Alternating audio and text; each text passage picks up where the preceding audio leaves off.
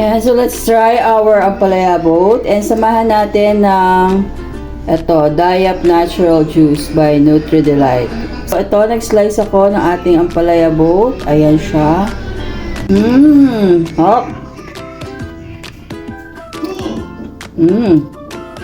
Ayan, so ito na ang ating very pretty ampalaya boat salad and we will put this in the ref. Yeah, so I have here one large ampalaya and we were going to cut this in half.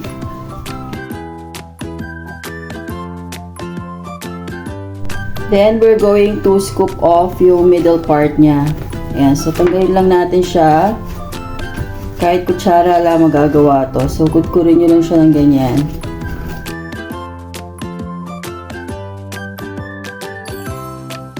Okay, so sa isang pot, may kumukulong tubig. Yan, and maglagay tayo ng konting asin. Okay, konting asin and gagawin lang natin ng konti. We're going to blanch our ampalaya. So ito yung ampalaya natin, iba-blanch lang natin siya dyan. So hindi natin siya hatiin na, buo natin siyang iba-blanch. Okay, so cover natin to for about a minute. And so let's check our ampalaya after a minute or so. Yan, i-test nyo ng ganyan kung pwede na siya. Okay? Careful lang.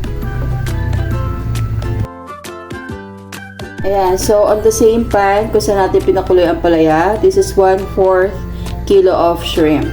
Ayan, so i-boil natin siya and i-cook natin siya. Cover natin. Siguro mga about 1 minute and a half pwede na to.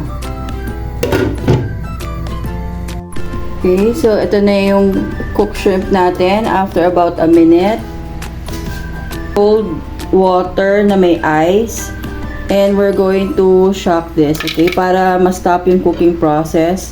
Hindi siya masyadong malambot na malambot. Let's make our dressing for our ampalaya boat. Here, ito, sandwich spread. And this is around 80 ml, okay? Or half cup of sandwich spread. Ito, 1 stalk of celery. Okay, so mga around half cup ng celery. Minced 1 red bell pepper din, medium size. And then 1 tablespoon of white sugar.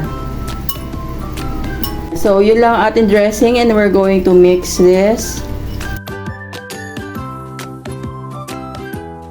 And so, let's now assemble our ampalaya boat salad. So, ito na yung dressing natin na ginawa natin kanina. So, ang ganda na ng ating ampalaya boat salad. Very, very colorful. And naalala nyo yung ating hipon. Ayan. So, ang ginawa natin is biniyak natin siya sa dalawa, yung isang hipon. Okay? And we're going to put this here. Ayan, so lalagay lang natin siya sa taas. There we go. Wow, this looks really very pretty. Ngayon, kung wala kayong hipon, pwede rin kamatis. Ayan, raw kamatis. Pwede nyo siyang slice din na maliliit and patong nyo lang siya sa taas. Ayan, so eto na ang ating very pretty ampalaya boat salad and we will put this in the ref. So this will be served chilled. Okay, so mas masarap to kapag ipalamig natin ito. Okay, ayan siya, oh, very very pretty.